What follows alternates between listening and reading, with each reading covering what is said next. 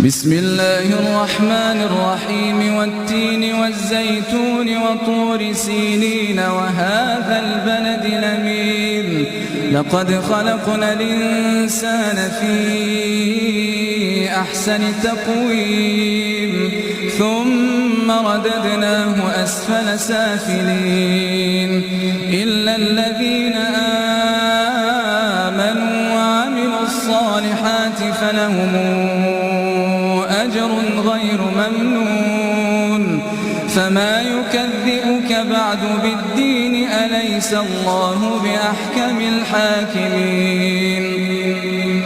بسم الله الرحمن الرحيم اقرأ باسم ربك الذي خلق خلق الإنسان من علق اقرأ وربك الأكرم الذي علم بالقلم علم الإنسان